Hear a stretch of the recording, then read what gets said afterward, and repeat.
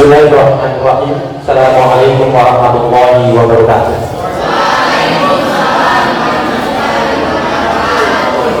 Alhamdulillahirabbil alamin. Puji dan syukur hanya milik Allah. Salawat dan salam semoga tercurah kepada baginda Muhammad sallallahu alaihi wasallam. Nah, ya, untuk mengawali acara kali ini kita akan mendengarkan pembekalan dari praktik profesi keguruan terpadu. Pada sesi kali ini kita akan mendengarkan materi-materi apa saja yang akan kalian bisa menjadi bekal untuk sampai ke posko kalian masing-masing. Nah, ini adalah sangat penting, tips dan trik untuk membangun program kerja dan hal-hal yang berhubungan dengan praktik profesi keguruan terpadu akan kita bahas pada materi kali ini. Dan olehnya itu izinkanlah saya Aris Arweda Wakar akan menjadi moderator, dan marilah kita sama-sama sambut pemateri kali ini Bapak Dr. Arharudin MPD. Disilakan kita Bapak.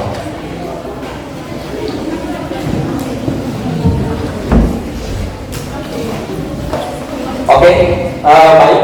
Untuk mengecek semangat dari masing-masing program studi, saya akan mengecek semangat dari program studi PPA. Mana suaranya? Ya. Selanjutnya program studi TPI. Kurang jos ya TPI. Kemudian program studi manajemen pendidikan Islam. Oke. Cek semangat untuk program studi Riau.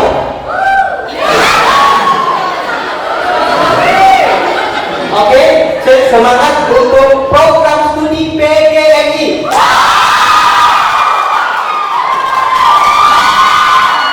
Oke, betul.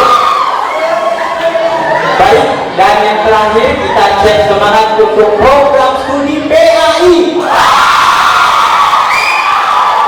Oke, semangatnya sudah dicek dan sudah on semua, padahal tadi habis makan bekal.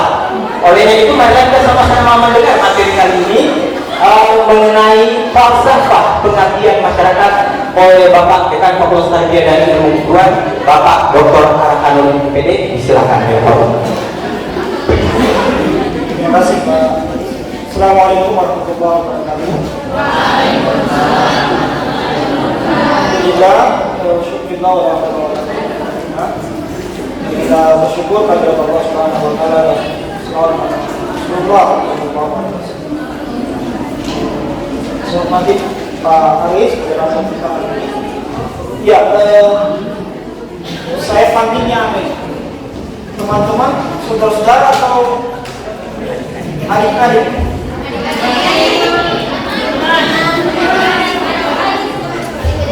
Adik-adik ini seperti di TK nanti. Teman-teman saja ya. Kalau lebih akrab gitu. Oke, teman-teman sekalian, untuk materi pertama di pembekalan ini saya diberi kepercayaan dari panitia untuk memberi persepsi awal ya terkait soal PPKP kita nanti di lapangan. Nah, saya coba ringkas sebenarnya materi kita. Saya namakan itu falsafah pengabdian masyarakat, dinamika dan tantangan. Nah, ini pernah saya sampaikan juga di PPKT tahun 2021 kalau saya salah ya. Waktu pandemi, waktu itu masih virtual ya. Nah, teman-teman perlu disadari bahwa kehadiran teman-teman di lokasi PPKT nanti itu pertama tentu akan ada shock culture sedikit-sedikit ya. Pasti itu. Orang dari kota ke desa atau desa ke kota itu biasanya mengalami kegamangan ya sedikit-sedikit. Nah, kita berharap semua kan dari kampung ya. Ada yang berakhir di New York atau di Canberra atau di Sydney. Jangan enggak ya. Ada yang berakhir di metropolis misalnya di Jakarta ada? Ada, siapa ya? Kata. Ya tentu semua kita ini kan dari kampung ya. Semua dasar kita ini dari kampung. Artinya apa? Modal kita untuk bersosialisasi di kampung itu sebenarnya sudah ada. Cuma karena kita kurang lebih 4 tahun ada di Manado, akhirnya ketika kita kembali ke kampung, rasa-rasa ya ada gengsinya sedikit lah biasanya itu mahasiswa. Pasti itulah ada itu. Anda sedang bicara dengan teman-teman yang tidak kuliah dulu di kampung masing-masing, itu karena merasa ada jarak sosial, ada yang nggak kuliah, ada yang kuliah. Nah itu kan biasanya begitu. Nah ketika Anda di lokasi juga akan ada seperti itu. Nah saya mungkin sedikit mau menjelaskan terkait soal yang penting dari PPKT ya. PPKT itu kan program profesi keguruan terpadu. Nah, terpadunya itu sebenarnya adalah karena dipadukan dengan mengajar dan pengabdian masyarakat. Kalau dulu itu kan namanya kuliah kerja nyata ya, semua digabung dalam seperti yang dilakukan di LMIAN, tetapi khusus untuk fakultas ilmiah namanya program profesi keguruan terpadu. Nah, apa yang dimaksud terpadu? Terpadunya itu adalah memadukan antara pengajaran di sekolah, ada praktek mengajar di sekolah dengan pengabdian di masyarakat. Nah, coba next. Nggak lama ya. Ya, 20. Nah, ini yang saya mau jelaskan. Pertama soal hakikat menjadi pengabdi, yang kemudian kedua dinamika PPKT secara singkat, dan setelah PPKT ini mau ngapain. Oke, next. Nah ini hakikat pengabdian. Kalau mana orang PBA? Angkat. Benar enggak ini? Abadaya guru ibadah. Benar ini ya? Kalau salah dikoreksi ya. Ya. Jadi kalau dalam bahasa Arab namanya abada ya'budu ibadah, yang berarti beribadah atau menyembah. Pengabdian itu asal katanya dari abdi ya, dalam bahasa Arabnya abada ya'budu ibadatan berarti beribadah dan menyembah. Nah ketika Anda PPKT itu bagian dari proses pengabdian, sesungguhnya yang Anda lakukan di lokasi itu dalam rangka beribadah kepada Tuhan. Kalau menurut anak-anak PBA ya, begitu ya? Ya. Jadi ketika Anda ke sana itu sebenarnya bukan menyelesaikan SKS 4 SKS ya? 6 SKS. Bukan. Itu ininya saja formalitasnya, tetapi substansinya sesungguhnya Anda lagi menyempurnakan ibadah Anda kepada Tuhan lewat pengabdian kepada masyarakat. Nah, itu maksudnya. Jadi jangan kira Anda ke sana itu hanya sekedar menyelesaikan 6 SKS, lalu setelah itu pulang, kemudian ngumpulin, lalu bisa ikut wisuda. Enggak, itu ada substansinya adalah beribadah dan menyembah kepada Tuhan lewat pengabdian secara sosial. Atau ya katakanlah kalau kata Ustaz kita itu ibadah dalam bentuk muamalah, ya kira-kira gitu ya. Saya tidak mau teruskan itu, nanti jadi khutbah Jumat lagi. Kita bisa salat Jumat sama-sama di sini. Nah, sebelumnya. Nah ini pertama itu adalah abadah ya'budu ibadah. Lalu yang kedua tentu itu yang penting itu ikhlas beramal. Masa Pak Wadan ketua panitia setengah mati 130 km per jam dari ini mempertaruhkan nyawanya dengan ikhlas, masa Anda peserta tidak mau berikhlas beramal? Ya jadi di sana itu ikhlas beramal. Apa itu ikhlas beramal? Secara sederhananya ikhlas itu begini maksudnya. Kalau kita masuk di kloset, itu ketika kita buang air besar, pernah tidak Anda pikirkan apa yang Anda keluarkan itu? Ada yang pernah memikirkan apa yang dia keluarkan setelah itu? Nggak pernah kan? Itu kira-kira intinya ikhlas itu. Seperti orang buang air besar, tak perlu memikirkan lagi buat apa ya tadi itu ya. Itu ikhlas itu. Kasarnya begitu ya. Itu ikhlas. Jadi kalau Anda nanti ditempatkan di posko manapun, itu ingat saja sudah sesuai, tidak usah kenapa kita tidak dengan teman kita kan? Kenapa kita tidak dengan bestie kita kan? Tidak perlu itu. Kalau itu Anda tidak ikhlas namanya, tidak usah. Itu semua yang Anda lakukan sebagai seorang muslim, kita harus yakin bahwa itu takdir, ketentuan dari Allah Subhanahu wa taala. Sudah begitu, pasti ada hikmahnya. Itu dipilih itu aja. Tidak usah dipikirin, tidak usah dikalkulasi. Seharusnya ini kan saya ini kan aktivis, saya ini kan harusnya di pesisir. Kenapa saya ditempatkan di pegunungan misalnya? Saya ini kan orang-orang yang sering provokasi masyarakat pesisir. Nggak usah itu, nggak usah dipikir itu. Udah di gunung aja lah Anda, nggak usah pikir soal-soal ikhlas beramal itu aja. Saya ingin PPKT itu supaya bagian dari pembelajaran untuk Anda untuk berikhlas beramal menghadapi tantangan terbesar nanti ketika Anda keluar dari kamar. Kalau Anda sering protes itu, nanti kalau Anda menikah, itu pasti Anda sering protes. Kenapa istri saya begini ya? Kenapa tidak begitu ya? Kenapa suami saya begitu? Sudah itu udah ketentuan, nggak usah. Kalau Anda ubah-ubah, udah saling menguatkan saja begitu intinya. Nggak usah bertanya yang mana duluan, telur atau ayam.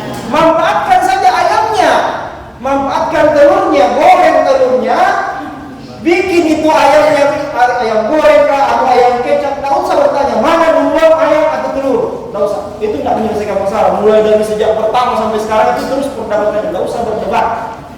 Kita tarbiyah bukan mau berdebat. Yang berdebat saya itu sudi. Yang berdebat nggak usah. Kita nggak perlu berdebat. Kita jadi guru saja yang baik. Nah itu maksudnya ikhlas beramal di dalam proses PPKT nanti. Lalu, pendidikan adalah bidang pengabdian kepada Tuhan, negara, dan manusia. Pertama tadi suara ketuhanan, lalu negara dan manusia. Bayangkan saudara-saudara kalau Anda mengajar, itu di sana gurunya cuma satu orang, itu pun guru agamanya cuma mu'alaf.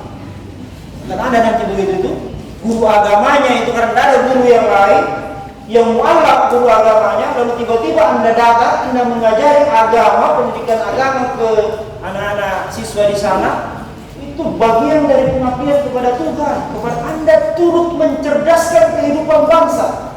Bagian yang termaktub di dalam Undang-Undang Negara 1945 ya. Itu luar biasa tuh. Lalu bagian dari kemanusiaan. Mungkin ada yang berpikir saya nanti akan pergi mengabdikan diri ke negara-negara yang krisis kemanusiaan. Nggak usah terlalu jauh pikir itu, di posko itu dulu selesaikan. Nggak usah saya mau pergi berjihad di Afghanistan. Udahlah, terlalu jauh, tidak realistis itu.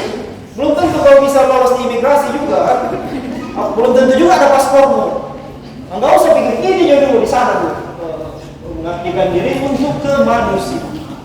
Lalu yang keempat ini pengabdian kepada masyarakat sebagai pengalaman ilmu pengetahuan teknologi dan ilmu. Nah di sinilah diuji selama Anda 7 semester ya, semester 7 kan?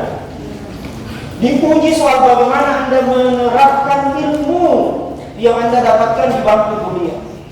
Boleh jadi nilai Anda itu semua nilainya 4, transkrip nilainya, tapi ketika berada di lokasi PPKT, nilai 4 itu tidak ada guna-gunanya. Mungkin karena ada kedekatan dengan dosen saja, akhirnya jadi 4, padahal intinya sebenarnya 0 nilainya. Di situ diuji bagaimana Anda bisa mempraktekkan nilai yang 4 itu di dalam pengamalannya di PPKT nanti di lokasi. Juga bagi teman-teman yang punya kemampuan teknologi ya, kemampuan digital, membantu masyarakat desa misalnya, bagaimana memperbaiki sistem administrasi di pedesaan, terutama teman-teman di MPI ya. Nah itu penting sekali. Lalu teman-teman yang punya kemampuan seni, budaya, bakat, melatih anak-anak desa. Bayangkan kalau Anda mengaji anaknya Pak Lurah atau hukum tua, lalu hukum tua itu tertarik kepada Anda.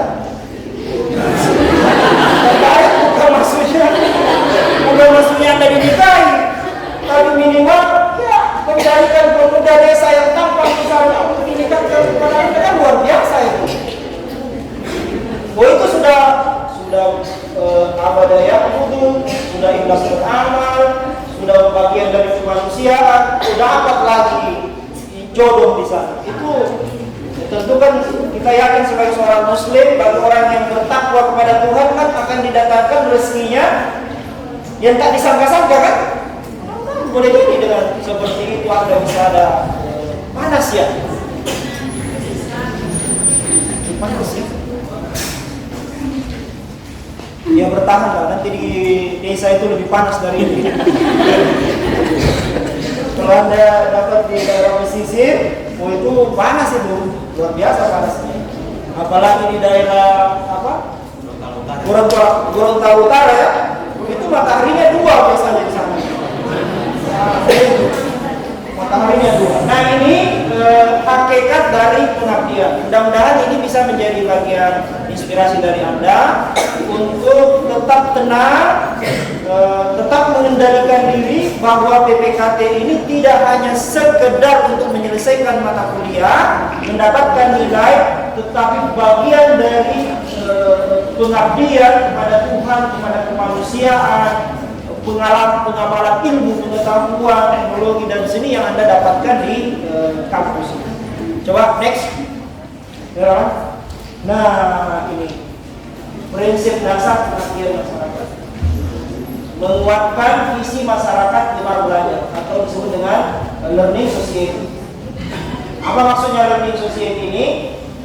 Maksudnya adalah masyarakat kita itu kan apa namanya?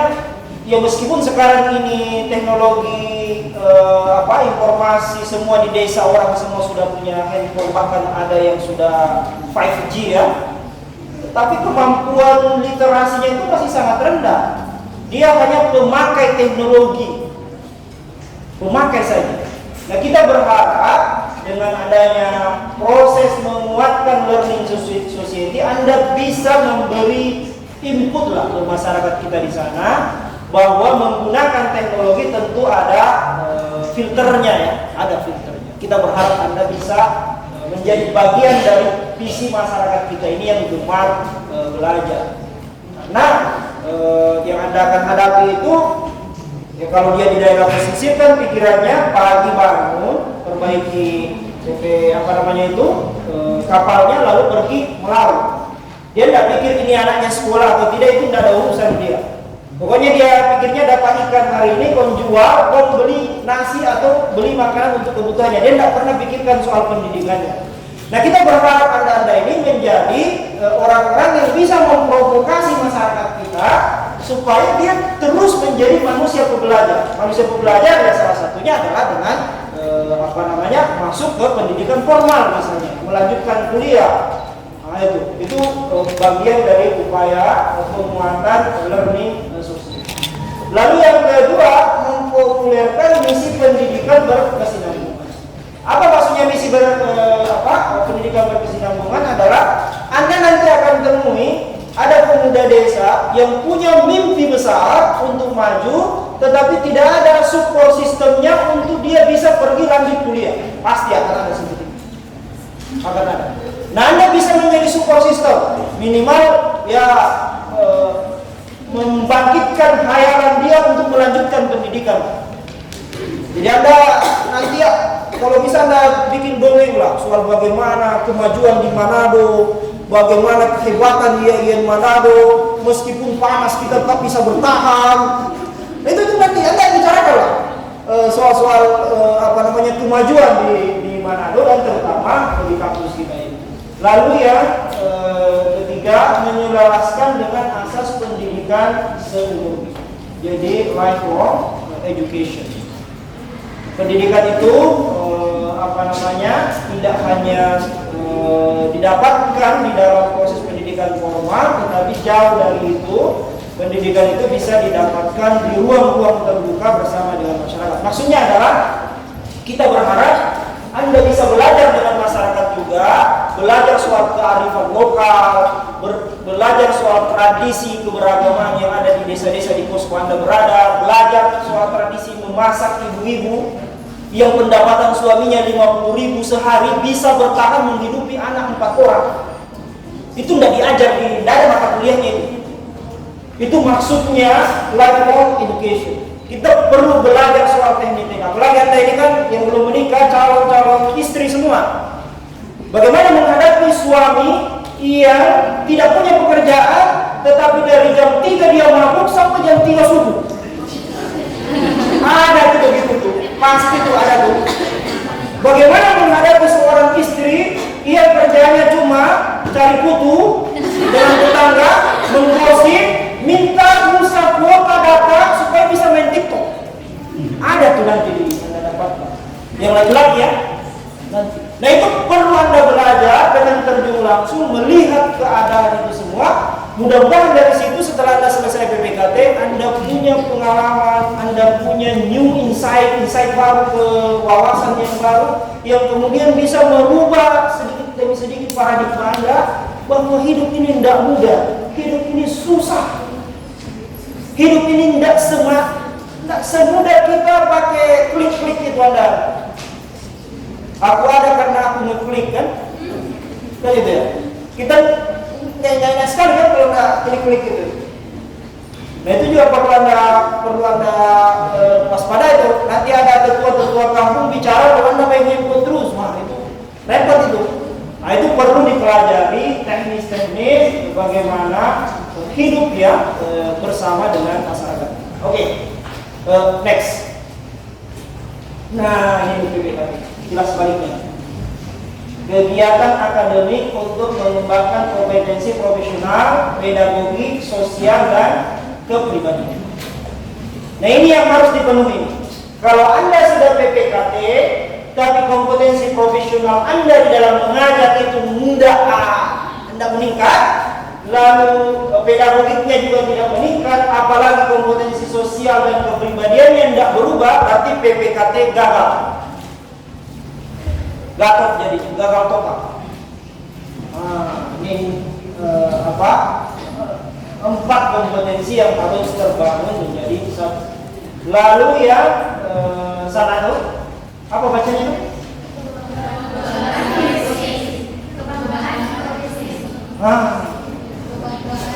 Tahu tidak sekarang ini banyak orang yang menjadikan guru itu hanya pelarian saja. Karena tidak ada pekerjaan lain, akhirnya dia jadi guru. Menurut saya ini salah. Jangan sampai ada mahasiswa FDIK yang menjadikan profesi guru itu pelarian. Jangan. Mudah-mudahan dalam pelaksanaan PPKT ini mengembalikan marwah dan citra profesi guru di pundak Anda. Bahwa guru adalah pahlawan tanpa tanda jasa yang sangat berpengaruh terhadap kemajuan bangsa. Kalau tidak ada guru, ya tidak ada dekan, tidak ada kaprodi. Kalau tidak ada guru ya tidak ada Jokowi itu yang kelihatannya ijazahnya palsu. Menurut informasi gitu ya. Pasti saudara bilang, tuh Bapak ini bukan pendukung Jokowi, dia Anies tuh ini. Masalahnya Anies tak jelas juga mau jadi presiden atau tidak. Mending ke Prabowo tuh. Nanti ada bikin di sosmed, dekat RTK yang baru mendukung Prabowo. Ini cuma bertanya saja.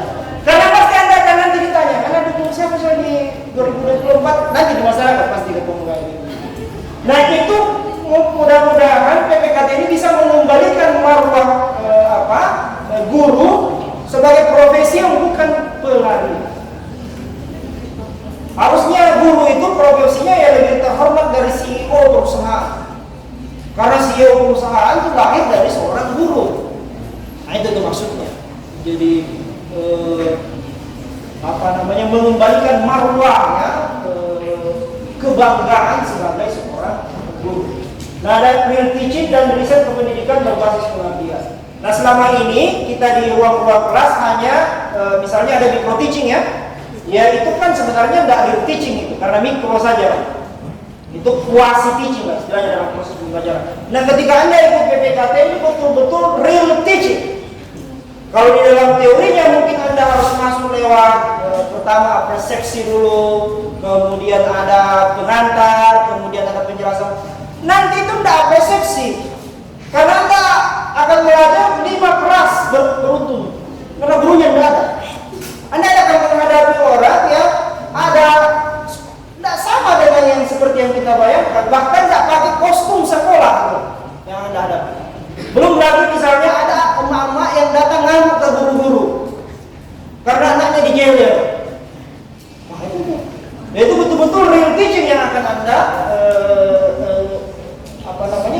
dapatkan nanti di lokasi PPKT. Jadi ya tidak sekedar ya mikro, tapi ini memang sudah makro ya, makro teaching yang Anda akan hadapi. Anda akan beradaptasi dengan guru-guru yang karena Anda sangat aktif, akhirnya merasa tersaingi guru-gurunya. Ya kok kita ini disaingi oleh anak PPKT, kelihatan dia yang punya sekolah ini, dia kok datang, akan ada dan didapatkan seperti itu.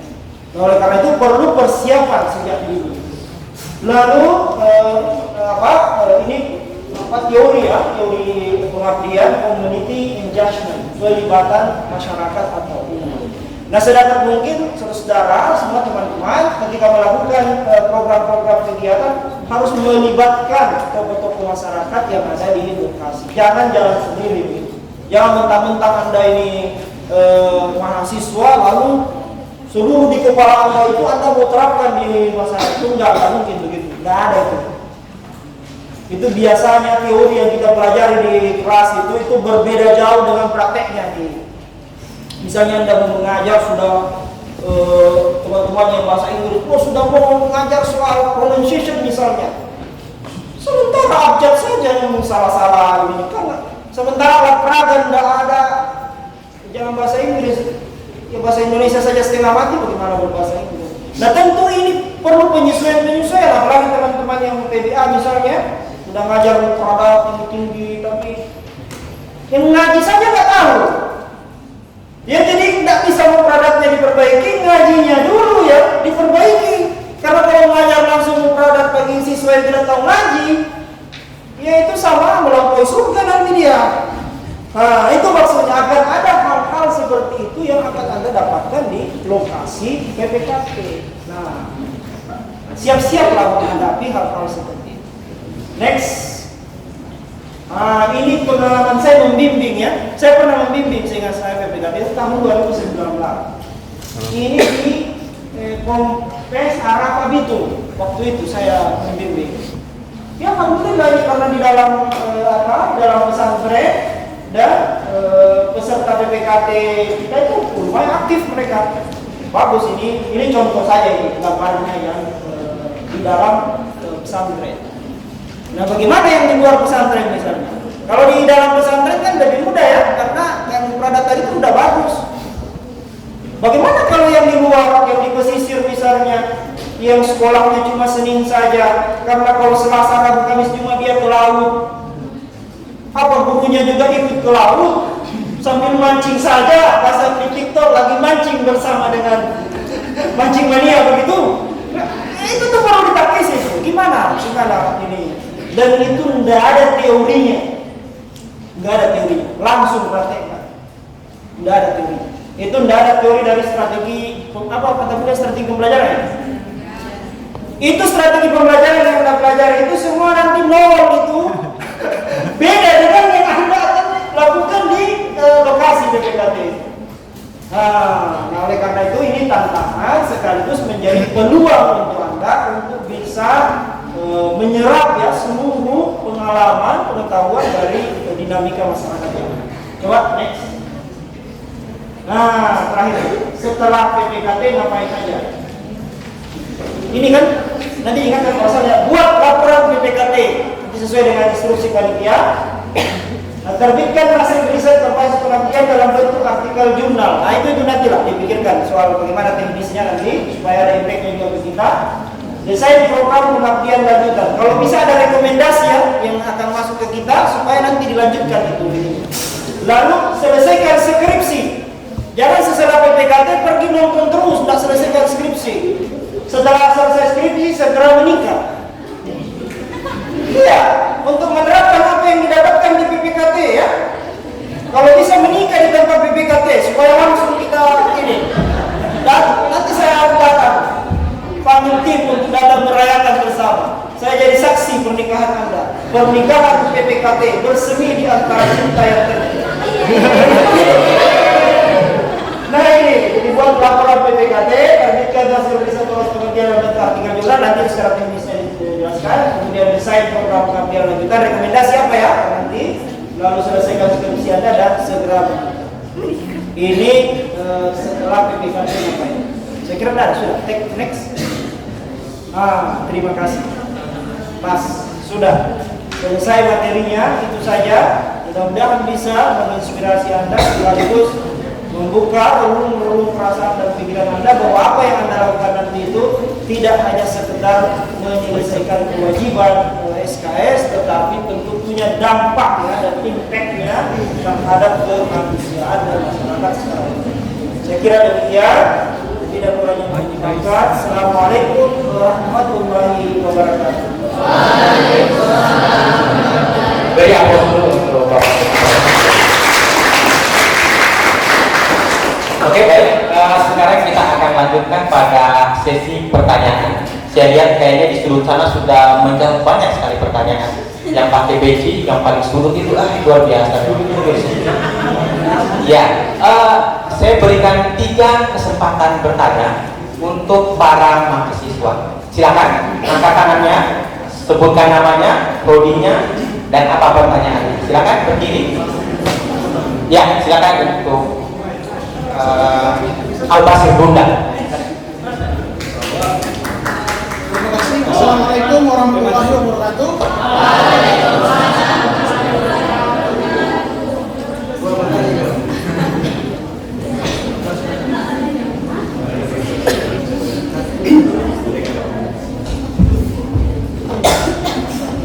Baiklah, terima kasih atas kesempatan yang diberikan. Saya nama Albasir Bunda, PAI 7C. Ingin bertanya, bagaimana tanggapan Bapak jika ketika kami para mahasiswa berada di alokasi di posko, kita telah melakukan yang terbaik, tetapi masyarakat situ mandang sebelah mata. Kemudian, assalamualaikum warahmatullahi wabarakatuh. Baik, kita langsung jawab atau tampung dulu pertanyaannya ya, tampung dulu. Ya, ada lagi yang mungkin memandang sebelah kaki, pertanyaan kedua ada lagi yang ya, silakan. Silakan maju ke depan, dipercepat langkahnya.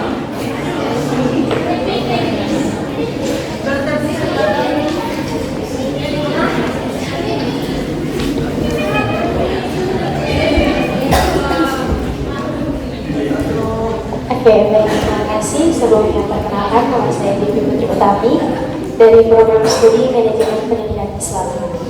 Nah, tadi pembahasannya kan tentang bagaimana sih mahasiswa BPKT itu turun di lokasi penempatan. Nah, tadi Bapak sempat singgung kebanyakan tentang guru. Nah, kira-kira dari kami, anak-anak manajemen pendidikan Islam, apabila pada saat penempatan ke lokasi, khususnya di sekolah, itu malah dituntut untuk mengajar karena sesuai dengan pengalaman-pengalaman dari kakak-kakak tingkat, itu kebanyakan MPI itu malah tidak sesuai dengan basic keilmuan yang dimiliki. Jadi kira-kira dari Bapak bagaimana nantinya telah menanggapi apabila hal itu terjadi kembali. Sekian dan terima kasih. Terima kasih, di aplaus dulu untuk ya. Selanjutnya dari program studi yang lain mungkin yang PGP, jangan kasih malu-malu saya promo di depan ini PGP. PGP ada memalukan ada yang lain sudah cukup ya. Oke, baik, kita karena sudah mau Jumat, cukup 2 pertanyaan saja. Dari pertanyaan Albasir Bunda mengenai pandangan sebelah mata masyarakat terhadap mahasiswa PPKT, dan juga dari Putri Utami tentang kira-kira poin-poin atau masukan yang akan dijalankan oleh para mahasiswa MPI. Persilakan Pak. Terima kasih ya, 2 pertanyaannya sekiranya luar biasa. Yang tadi soal bagaimana kalau masyarakat memandang kita sebelah mata. Ya pandang juga dengan empat mata. Saya mau kasih nasihat ke Anda ini. Kita tuh seharusnya perlu jangan terlalu memikirkan pandangan orang. Yang kita pikirkan itu pandangan kita. Kalau orang lain tak usah pikir dia mau pandang, tak mau pandang, tak ada urusan. Yang penting kita perbaiki pandangan saja. Jangan memandang yang bukan muhrim misalnya ya. Nah itu maksud saya adalah yang perlu disiapkan sebenarnya adalah kapasitas diri kita. Kita tidak perlu berpikir soal bagaimana nanti ya begini, bagaimana. Karena itu menghayal saja. Belum tentu juga seperti itu kenyataannya. Boleh jadi mereka memandang dengan mata yang terbuka, bukan sebelah mata seperti ini. Bahkan boleh jadi mereka memang tidak melihat Anda. Bisa jadi bukan sebelah saja, mereka memang tidak menganggap Anda. Kalau sebelah kan masih ada ya. Ada, boleh jadi ada masyarakat memang seperti itu. Nah pertanyaannya bagaimana kalau seperti itu? Ya enggak. Ya, yang perlu dipersiapkan mental Anda saja. Karena kita tidak bisa mengendalikan di depan kita ini. Yang bisa kita kendalikan ini raga kita ini. Saya tidak bisa mengendalikan Anda semua. Tiba-tiba Anda lempar saya tak tahu, tidak mungkin saya bisa cegah. Yang bisa saya lakukan supaya saya terhindar dari lemparan Anda, saya harus belajar silat misalnya supaya bisa itu yang perlu saya lakukan. Jadi sebagai seorang mahasiswa tarbiyah, menurut saya itu penting. Jangan terlalu memikirkan yang eksternal, internal saja. Kalau ada orang yang tidak pandang kita sebagai seorang muslim, ya kita disunahkan untuk selalu tersenyum kan? Sebagaimana status saya di WA saya, memulai dengan senyuman. Ya karena kalau senyum, biasanya orang senyum kalau matanya sipit kan memang tidak ada itu ini matanya ya. Nah maksud saya adalah bahwa apapun yang terjadi di lokasi nanti, baik itu tindakan orang mengacungkan kita atau kemudian tidak menganggap kita, itu tidak masalah.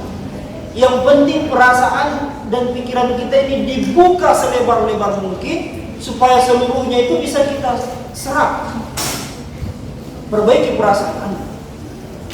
Tidak usah terpengaruh dengan orang-orang. Kalau perasaan Anda bahagia, kalau perasaan Anda senang, meskipun orang mengacungkan Anda akan tetap senang dan bahagia. Pada akhirnya mereka juga, karena Anda senang-senang saja, Anda bahagia saja, mereka juga akan ikut bahagia. Jadi itu saja. Jadi tidak usah terlalu gimana nanti kalau saya tiba-tiba tidak diterima dengan bagus ya.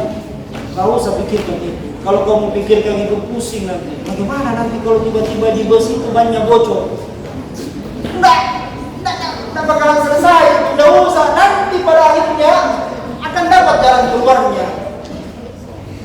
Setiap PPKT ini itu berbeda kondisinya. Meskipun pelaksanaannya programnya sama, itu berbeda-beda. Situasi tidak bisa diprediksi. Tidak ada yang bisa prediksi.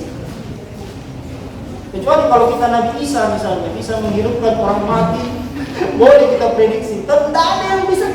Dan setiap tahun PPKT tanya ke panitia itu kan beda-beda ya kondisi, dan meskipun tempatnya sama itu pasti kondisi dan ruang waktunya meskipun itu sama pasti kondisinya berbeda. Jadi ya PPKT ini tidak sama dengan nulis skripsi yang dimulai dari proposal ya. Ada kan itu tahapan-tahapannya? Enggak. Bisa jadi itu kalau model begitu bisa ada kesimpulan dulu baru pendahuluan. Di lokasi ya, di lokasi. Nah pertama kalau Anda berpikiran begitu, pertama perbaiki niatnya. Ya, ini ajaran standar dalam Islam bahwa segala sesuatu diperbaiki. Kalau niatnya tadi untuk beribadah kepada Allah ya tadi seperti yang saya sampaikan, meskipun yang Anda hadapi itu semua orang buta, tidak ada urusan. Karena ada Allah yang akan menghidupkan mata-mata mereka yang buta itu. Itu yang tidak ada. Saya tidak lagi mendoktrin Anda ini untuk supaya kayak menghayal begitu. Tidak. Yakinlah. Kalau Anda tidak yakin kepada Tuhan, siapa lagi yang Anda meyakini ya? Bahkan dirimu juga kamu tidak yakin, wah susah itu. Yakinlah bahwa dengan niat ikhlas Anda datang ke kampungnya orang, datang untuk belajar bersama, pasti Allah akan membukakan jalan. Tidak mungkin. Yakin. Jadi tidak usah berpikir soal sebelah mata, dua mata, tiga mata, tidak perlu. Insya Allah nanti akan Anda dapat. Semakin banyak tantangan di PPKT, di lokasi itu semakin bagus. Semakin banyak tantangannya itu semakin bagus. Kenapa? Karena itu yang akan menempa diri Anda untuk menghadapi tantangan-tantangan yang lebih besar. Seorang calon guru peradaban, seorang guru bangsa, Anda ini harus dipersiapkan jadi guru bangsa, bukan jadi guru yang sekedar ngajar di TK, ngajar di SD. Guru bangsa itu maksudnya guru yang tidak hanya berpikir soal pembelajaran, tapi berpikir jauh ke depan. Seorang guru bangsa harus mendapatkan tantangan yang harus besar. Jadi penting itu harus ada. Itu ya, siapa namanya? Al-Basir Bunda. Al-Basir? Al-Basir Bunda. Cari dia lokasi yang paling ekstrim.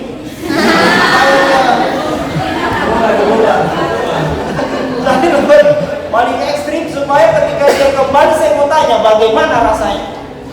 Pasti Anda akan bilang terima kasih Pak, dengan tantangan yang saya dapatkan saya bisa mempersiapkan hidup saya. Meskipun dengan 4 bulan yang lalu pacar saya pergi, saya tak masalah karena tantangan yang saya hadapi lebih berat dari sekedar soal pacaran saya. Pasti Anda akan lalu. Oke, terima kasih ya, luar biasa pertanyaannya. Tadi siapa? Siapa namanya? Devi ya, MPI. Nah nih, gimana kalau anak MPI disuruh mengajar? Itu problem. Gimana kalau anak MPI disuruh mengajar? Suruh mengajar mengaji misalnya ya, atau mengajar di kelas. Nah itu yang saya katakan tadi. Realitas di masyarakat itu berbeda dengan kenyataan. Kalau MPI kan memang dipersiapkan sebagai tenaga administrasi pendidikan yang mengatur ya. Itu teorinya. Itu teori yang dipelajari di ruang-ruang kelas. Sebenarnya kalau negara kita ini maju seperti Singapura, maka orang-orang MPI itu tidak ada yang mengajar karena memang sistemnya sudah bagus. Nah, masyarakat kita ini ngerti saja soal administrasi, nggak ngerti mereka apa itu administrasi. Yang dia ngerti Anda ngajar, nggak ada itu. Anda bilang Pak, saya nggak bisa ngajar. Saya ini di MPI itu namanya manajemen pendidikan Islam. Manajemen itu dimulai dari perencanaan, lalu ada evaluasi, lalu dia bilang memang sudah sebelah mata itu kalau begitu. Sudah sebelah mata itu kalau begitu. Jadi yang pada intinya akan ada Anda dapatkan itu nanti ketika Anda ditempatkan di desa, laki-laki ya siap-siap berkhutbah ya. Siap. Jangan bilang Pak saya ini jurusan PGMI. Saya tak pernah diajar khutbah, itu yang khutbah itu orang usuluddin Pak, yang tafsir hadis. Dia bilang kalau begitu pulang Johana. Enggak ada tuh. Semua itu harus siap khutbah, siap jadi imam salat, minimal imam salat dulu. Yang tidak ada suaranya. Allah Akbar. Bagus sekali itu ini. Sami Allah liman hamid. Maka kalau maghrib sakit perut. Banyak kenyataan-kenyataan seperti itu. Dulu saya waktu KKN, itu teman saya dari Syariah disuruh khutbah Jumat. Itu di kampung-kampung biasanya kipas angin di atas mimbar kan. Itu keras sekali kipas angin yang panjang itu. Dia bawa konsepnya itu. Baru naik karena dia gemeteran, baru assalamualaikum. Terbang itu konsep. Cilakanya karena dia rusuh turun. Baru naik lagi. Yang tidak jadi salat Jumat. Orang semua bilang aliran apa ini? Nah untuk mencegah hal-hal seperti itu kawan-kawan, teman-teman semua tentu perlu dipersiapkan dari sekarang. Karena kalau dulu kan susah ya, belum ada internet secanggih ini, belum bisa kita lihat langsung di HP, harus ditulis dulu di buku-buku Jumat. Nah sekarang kan lebih mudah sekarang. Lebih mudah tinggal Anda baca. Jadi persiapkan dengan bagus. Jangan nanti disuruh baru kelayapan begitu. Itu teman-teman saya dulu waktu KKN. Itu kalau hari Jumat rata-rata dia mules. Ada yang diare, ada yang tiba-tiba flu. Pokoknya ada saja nanti teman-teman, pasti akan ada teman begitu. Kalau yang laki-laki ada saja izin mau ketemu orang tua, kan saya di Makassar ya. Kita jauh dari kabupaten kota itu 100-an kilo jauhnya. Itu diizin pulang, ada acara keluarga dan lain sebagainya. Nah, mudah-mudahan kita di FTK ini teman-teman semua ini mempersiapkan soal itu, termasuk tadi soal mengajar.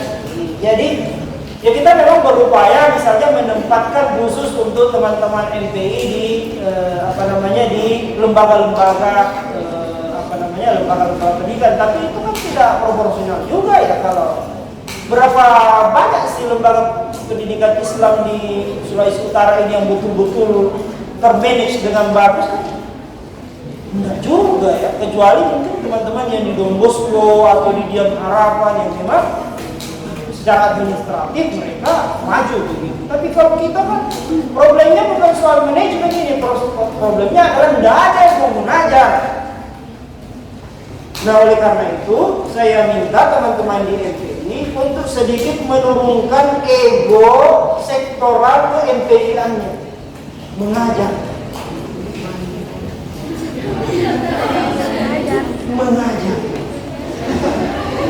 Minimal minta bantuan ke teman-teman yang memang bisa mengajar. Mengajar itu ya apa aja, mendongeng tuh di dalam kelas ini. Jangan jelaskan ke peserta didik Anda, saya ini MPI, saya tak tahu ngajar. Ajar apa? Bicaralah soal, mungkin Anda bicara soal apa yang Anda baca, atau bicara soal di mana itu ada patung Yesus yang besarnya, itu juga boleh. Maksud saya ini bukan berarti saya mengarahkan teman-teman MPI ini untuk mengajar ya. Tetapi kalau kondisinya tidak memungkinkan, mohon jangan jangan ego sektoral tadi itu dinaikkan gitu. Mengajar. Nah, kita berupaya dengan semaksimal mungkin teman-teman panitia mungkin bisa melihat ya proporsi teman-teman ini yang sedapat mungkin bisa untuk ditempatkan di tempat-tempat yang memang bisa dibutuhkan tenaga pengadministrasian itu. Tetapi kalau pada akhirnya juga Anda bersama dengan lokasi yang memang kelihatannya di sana, apa yang mau diadministrasikan? Bukunya juga tidak ada, komputer tidak ada komputernya tapi masih pakai Windows 98. Ya Windows 98. Sekarang sudah Windows berapa? Windows 10. Komputernya juga lambat, printer tidak ada, cuma ditulis tangan. Ya, ada guru tidak pernah masuk mengajar, ya karena tidak ada honornya ya. Ya guru-guru di daerah itu ya begitu kasihan. 300.000 per semester. Gimana 300.000 satu semester? Beli kuota saja 110.000. Belum beli yang lain-lain. Ya menderita. Nah, oleh karena itu menurut saya teman-teman di FT ini tentu kita tetap mempersiapkan Anda untuk di lembaga pendidikan untuk membantu masyarakat kita. Tetapi pada akhirnya nanti ada sesuatu yang memang memungkinkan Anda untuk bisa membantu mengajar. Kembali ke ikhlas tadi ya. Ikhlas. Jadi intinya itu kembali ke aturan awal. Ikhlas bayangkan kalau Anda anak MPI, tiba-tiba yang Anda ajar itu adalah kepala bidang di Kementerian Agama di kabupaten kota. Jadi gimana ngajar anak saya? Tapi kan anak MPI, boleh Anda kalau selesai mengajar jadi staf saya di kantor Kementerian Agama? Kita tak pernah tahu kan? Kita tak pernah tahu sama saya. Kita tak pernah tahu apa yang akan terjadi. Mari memanfaatkan seluruh ruang-ruang yang nanti ada di PPKT untuk semaksimal mungkin Anda berusaha melakukan apa saja di lokasi. Maksimalkan potensial. Jangan buang waktu. 4 bulan itu tidak lama gitu. Tidak lama. Cepat itu rasanya. Cepat rasanya. Cepat sekali waktu itu. Dan Anda akan mendapatkan pengalaman yang luar biasa ketika Anda selesai PPKT. Saya sampai sekarang ini masih terngiang-ngiang di telinga saya ketika saya mengajar dari kelas 1 sampai kelas 6 SD. Gurunya nggak ada yang hadir karena belum ada. Betul betul ini pengalaman saya sampai sekarang ini masih terngiang-ngiang anak-anak yang masuk sekolah tak pakai sepatu, ada yang sepatunya warna hitam, ada yang putih, ada yang kos kaki udah ada yang cuma baju robek, masih terngiang-ngiang. Dan itu pengalaman yang luar biasa ketika saya mendapatkan hal yang besar di dalam hidup saya, itu terngiang-ngiang. Dan itu bagian dari motivasi bahwa apa yang kita rasakan sekarang ini, fasilitas yang ada itu ternyata masih banyak di luar sana, itu fasilitasnya sangat terbatas, sangat terbatas. Saya kira itu kembali tadi itu apa itu abadah ya abudu sebagai bagian dari pengabdian kepada Tuhan Yang Maha Kuasa. Barakallahu li wa lakum fil Qur'anil Karim wa nafa'ni wa iyyakum. Saya kira demikian ya teman-teman, ini sudah jam setengah 11 ini, setengah 11 sudah mau Jumat. Ada lagi yang mau bertanya? Yang bertanya ada? Pak, boleh ditunda PPKT-nya? Tidak ada tunda-tunda. Ditunda juga, keputusan tidak ada. Sudah sesuai dengan the track saja, sesuai dengan apa yang ya?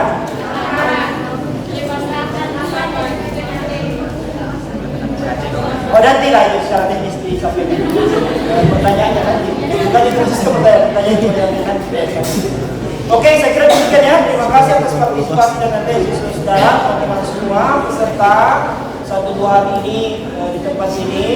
Mudah-mudahan teman-teman semua mendapatkan ridho dan bimbingan dari Allah Subhanahu wa taala untuk mempersiapkan diri menghadapi pelaksanaan PPKT selama 24 bulan di lokasi dan daerah yang sudah ditetapkan.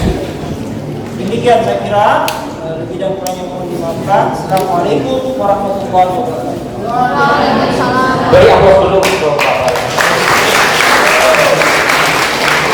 Oke, dari jawaban tadi saya singkat beberapa. Yang pertama, bahwa laki-laki itu harus punya gaji dan wajib untuk khotbah Jumat. Itu yang harus kalian pikirkan pertama. Muhammad Arif dia siap-siap di belakang.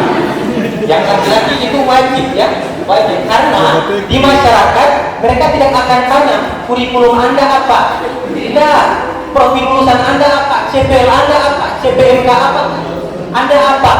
Kalau misalnya masyarakatnya semua menteri pendidikan Nadiem Anwar Makarim, nah boleh. Pak, saya dari MPI, profil lulusan saya adalah untuk menjadi manajer, tidak ada itu.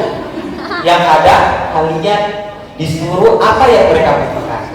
Kalau kalian disuruh mengajar, mungkin paling tidak kalian mengaji lah untuk orang-orang tua di sana, mungkin untuk anak-anak di sana. Baik, terima kasih. Mungkin itu saja yang acara kali ini. Marilah kita sama-sama tutup dengan ucapan hamdalah. Alhamdulillahirabbil alamin. Assalamualaikum warahmatullahi wabarakatuh.